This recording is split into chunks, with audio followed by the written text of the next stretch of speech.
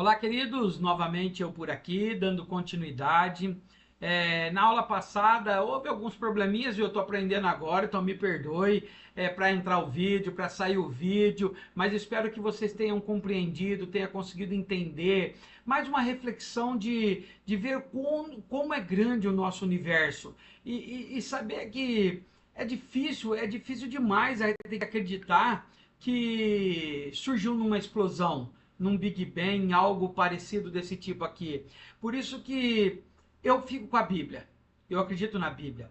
Quando você lê Gênesis, a criação profética através de Moisés, inspirado pelo Espírito Santo, é lindo. E a ciência tem comprovado cada dia mais que as coisas têm sido mesmo conforme a Bíblia diz. Então, hoje nós vamos falar um pouquinho sobre a criação do homem. A divisão do homem, como que o homem é feito, tá? Então, me perdoe, e ontem no texto, até na hora de eu ler sobre o texto, que existem 100 mil galáxias, ou seja, 100 mil Via Láctea, igual a nossa, eu até disse correndo, falei planetas, já vão me corrigir no comentário, eu sei que algum vai lá corrigir dizendo que eu falei errado, mas foi na euforia de dizer. Então, que existe mais ou menos 100 mil galáxias como a Via Láctea. Então, dá para ter noção disso? É muito grande, né? Vamos lá, então, para a lição de hoje? Vamos dar continuidade. O universo, então, foi o que nós vimos na aula passada. Vamos continuar. A origem do homem.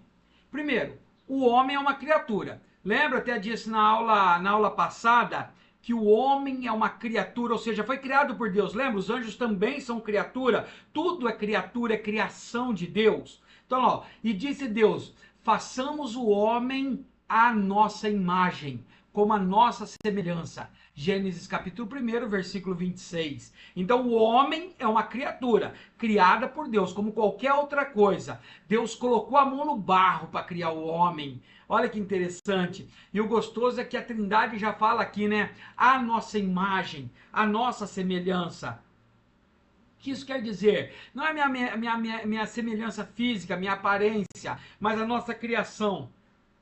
É semelhante à criação de Deus. Por isso que o homem é tão criador. Por isso que o homem, com a sabedoria que Deus deu, ele cria carros, ele cria casa, ele faz tudo porque ele tem a semelhança, a imagem de Deus, o dom do Criador. Mas lembre-se, enquanto ele ainda não aceita Jesus, lá em João capítulo 1, versículo 12, ele é apenas criatura.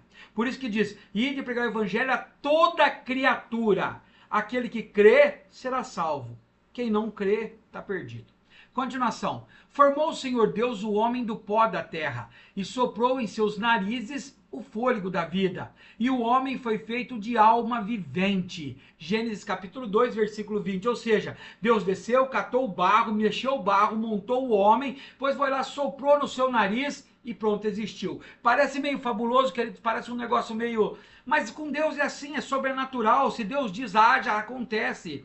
E Deus foi tão bom que para todas as criaturas ele só decretou, haja, haja. Mas para o homem não. Ele colocou a mão no barro.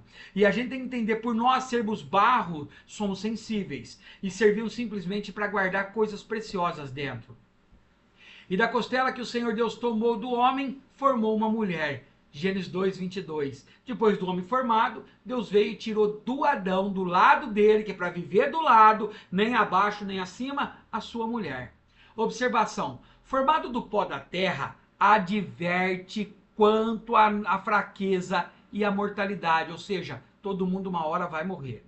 2. O homem é a mais elevada das criaturas. E Deus os abençoou e disse-lhe, frutificai e multiplicai, e enchei a terra, e sujeitai-a, e dominai sobre os peixes do mar, sobre as aves do céu, e sobre todo animal que se move sobre a face da terra. Gênesis 1, 28. De todas as criaturas, tudo que Deus criou, Deus falava assim, isso é muito bom. Quando criou o homem, ele disse, tudo que ele criou, ele disse, isso é bom. Mas quando criou o homem, ele disse, isso é muito bom. Queridos, nós somos a criação perfeita de Deus, a criação mais que Deus mais caprichou. Mesmo nós sendo tão pecadores, tão distantes, deixando ele de lado, seguindo outro Deus, ele ainda fica esperando nós. Dá para ter uma ideia? Ele colocou para criar, para multiplicar, para reproduzir. 3. O homem criado um ser inteligente. E Adão pôs nome em todo o gado e as aves e todo o animal do campo. Gênesis 2:20. Ou seja, como a imagem e semelhança, a inteligência de Deus, ele também nos deu. Vamos lá, a origem do homem, continuação 4. O homem, como criado por Deus, é bom. E viu Deus tudo quanto tinha feito. No sexto dia, o homem. E eis que era muito bom. Gênesis 1:31. Observação. O homem criado por Deus é bom. Sua imagem foi desfigurada pelo pecado, mas pode ser reabilitada pela regeneração e conversão a Jesus Cristo. O pecado nos matou. A palavra diz que nós já fomos concebidos no pecado. Eu costumo sempre dizer, queridos, pega uma criança pequenininha que você não instruiu muitas coisas para ela, não. Uma criancinha pequenininha. Se você colocar um bicho perto dela, a natureza dela já é ir lá e pisar e matar. Tirar uma vida, mesmo que seja de um inseto. Pode ver que às vezes nós ensinamos, mas a maioria que não ensina, o próprio instinto dela vai desejar matar. Porque nós já nascemos com uma natureza pecaminosa, por isso precisamos de Cristo para regenerar isso. A constituição do homem. Como o homem é formado? A natureza, eu? O ser humano é uma unidade dinâmica, com naturezas física, corpo, espiritual, alma e espírito. O mesmo Deus de paz vos santifique em tudo, todo o vosso espírito, alma e corpo sejam plenamente conservados e irrepreensíveis para a vinda de nosso Senhor Jesus Cristo. Está lá em 1 Tessalonicenses, capítulo 5, 23. Então nós temos que entender, o corpo humano é um ser esqueci o nome da palavra, me perdoe. Mas ele tem 3 partes, é repartido, o ser humano é repartido em 3. O corpo físico, a alma, aquela que dói, aquela que gera amor, aquela que gera ódio, e o espírito, que é o sopro de Deus que foi nos dado. Quando ele soprou, o espírito de Deus veio fazer morada em nós. Não é o Espírito Santo, queridos. Entenda, é o nosso espírito. Nós vamos falar um pouquinho sobre ele e você vai entender melhor. Mas todos nós somos compostos de 3: corpo, alma e espírito. O corpo, mortal, organismo constituído que faz expressão às funções psíquicas e espirituais. Se lhes tira a respiração, morrem e volta ao seu pó. Tem um para mais ali. Salmo 104, verso 29. Cheguemo-nos como verdadeiro coração em inteira certeza de fé, tendo os corações purificados da má consciência e o corpo lavado com água limpa. Hebreus 10, 22. Outros versículos que se referem a corpo. Acaso não sabeis que o vosso corpo é santuário do Espírito Santo, que está em vós, o qual tendes da parte de Deus, e que não sois de vós mesmos? Porque fostes comprados por preço. Agora, pois, glorificai a Deus no vosso corpo. 1 Coríntios 6, capítulo 6, versículos 19 e 20. Entenda, o nosso corpo é templo do Espírito Santo. Por isso que tantos pecados são contra o corpo, são condenados por Deus, como a glutonaria, comer demais vai te dar problema de saúde no corpo físico, a bebedice, beber demais, muita Coca-Cola, você vai destruir o teu corpo. Por isso que a Bíblia não diz mais fumar, porque vai destruir o templo do Espírito. Muitas coisas que prejudicam o homem. Está aqui, ó. Nós somos o templo do Espírito, a casa do Espírito Santo. Como você cuida da tua casa, você tem que cuidar do teu corpo, que é a morada de Deus. E o pó volta à terra como era, e o espírito volta a Deus que o deu. Por isso que tem muitas pessoas que dizem que o corpo reencarna. Não, o texto bíblico de Eclesiastes 2:7 é claro. Morreu, a nossa carne se desfaz. Se você for lá daqui uma semana, um mês, e arrancar um morto lá que está na terra, você vai ver ele em decomposição se tornando pó novamente. Volta ao pó, e o espírito volta para Deus. Entendeu a parte de corpo, queridos? Espero que sim, vamos lá, qualquer dúvida me manda. A alma. Imortal, cerne da vida, ela não morre. E feito alma vivente, o resto da vida. Gênesis 2:7. Parte sensitiva da unidade. A minha alma espera somente em Deus. Salmo 62, verso 1. A minha alma está cheia de tristeza. Mateus 26, versículo 38.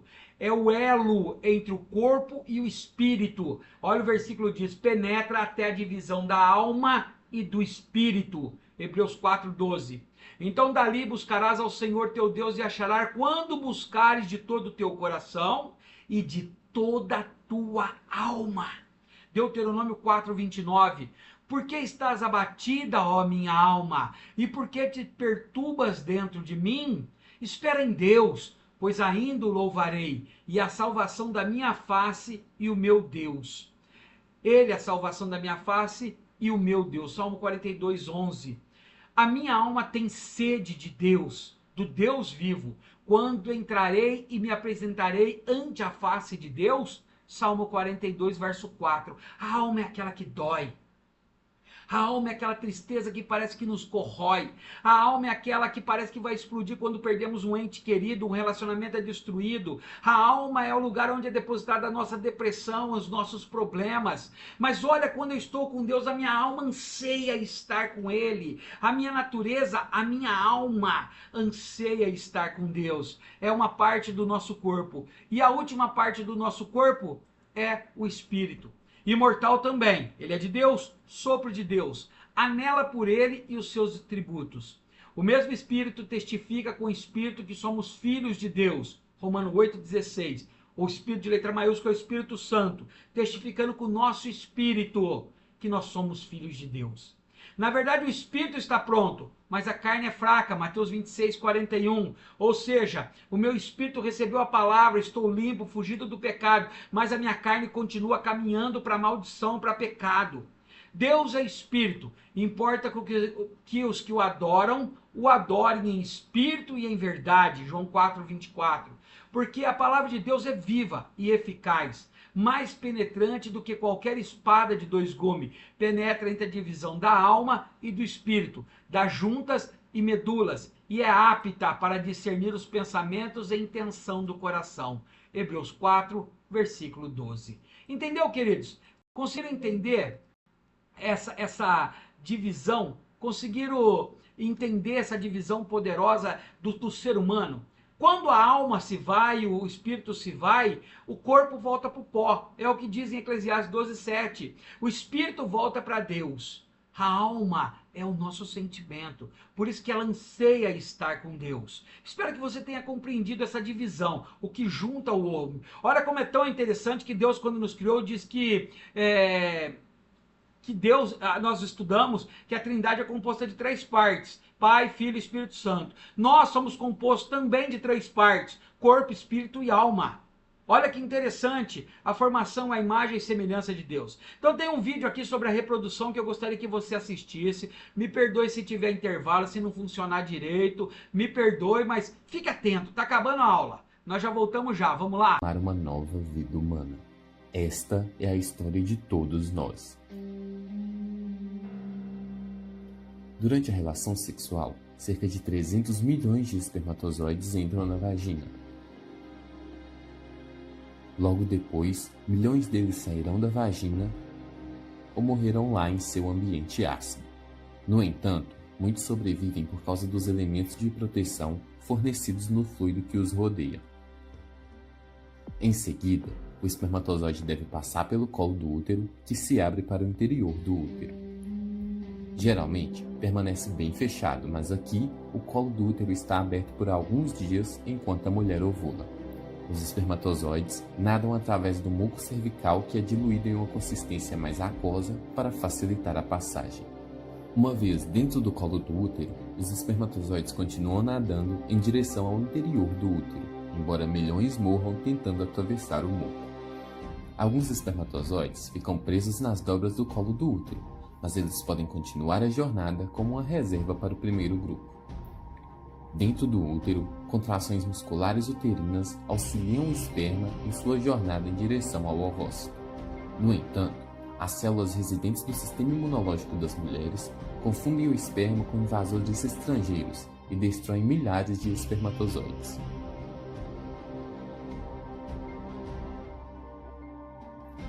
Em seguida, metade dos espermatozoides seguem em direção à tuba uterina vazia, enquanto a outra metade vai em direção à tuba contendo o ovócito não fertilizado. Agora, apenas alguns milhares continuam. Dentro da tuba uterina, pequenos cílios empurram o ovócito em direção ao útero. Para continuar, os espermatozoides devem nadar contra esse movimento para alcançar o ovócito. Alguns espermatozoides ficam presos nos cílios e morrem durante essa parte da jornada. Algumas moléculas no trato reprodutivo fazem com que as membranas que cobrem a cabeça dos espermatozoides mudem. Como resultado, os espermatozoides se tornam hiperativos, nadando mais e mais rápido em direção ao seu destino. Finalmente, os espermatozoides chegam ao ovócito. Apenas algumas dezenas dos 300 milhões de espermatozoides originais restam. O ovócito é coberto com uma camada de células chamada corona radiata. O espermatozoide deve empurrar essa camada para alcançar a camada externa do ovócito, a zona pelúcida. Quando o espermatozoide atinge a zona pelúcida, eles se ligam aos seus receptores espermáticos especializados na superfície, o que leva seus acrossomos a liberarem enzimas digestivas, permitindo que o espermatozoide se adentre na camada. Dentro da zona pelúcida, há um espaço estreito e cheio de fluido do lado de fora da membrana do ovócito. O primeiro espermatozoide a fazer contato fertilizará o ovócito. Depois de uma jornada perigosa e contra chances incríveis, um único espermatozoide se liga à membrana celular. Dentro de alguns minutos, suas membranas externas se fundem e o ovócito puxa o espermatozoide para dentro. Este evento causa mudanças na membrana do ovócito que impedem que outro espermatozoide se ligue a ele. Em seguida, o ovócito libera moléculas que empurram outros espermatozoides para longe do ovócito e cria uma membrana de fertilização impenetrável. À medida que a reação se espalha para fora, a zona pelúcida endurece, prendendo qualquer espermatozoide que tenha o azar de ser capturado. Fora do ovócito, espermatozoides não conseguem mais se ligar à zona pelúcida. Enquanto isso, dentro do ovócito, o material genético masculino compactado se espalha, e uma nova membrana forma-se ao redor do material genético, criando o pronúcleo masculino. Dentro dele, o material genético se reorganiza em 23 cromossomos. O material genético feminino, despertado pela fusão do espermatozoide com o ovócito, completa sua divisão meiótica, resultando no pronúcleo feminino, que também contém 23 cromossomos. Assim que os pronúcleos masculino e feminino formam fios parecidos com uma teia de aranha, chamada microtúbulos, puxam os pronúcleos um em direção ao outro. Os dois conjuntos de cromossomos se unem, completando o processo de fertilização. Neste momento, surge um genoma único, determinando instantaneamente o sexo, a cor do cabelo, cor dos olhos e centenas de outras características. Esta nova célula única, o zigoto, é o começo de um novo ser humano, e agora, os cílios e as tubas uterinas varrem suavemente o zigoto em direção ao útero, onde ele ou ela se implanta na camada uterina mais espessa, crescendo e amadurecendo pelos próximos 9 meses até estar pronto para o nascimento.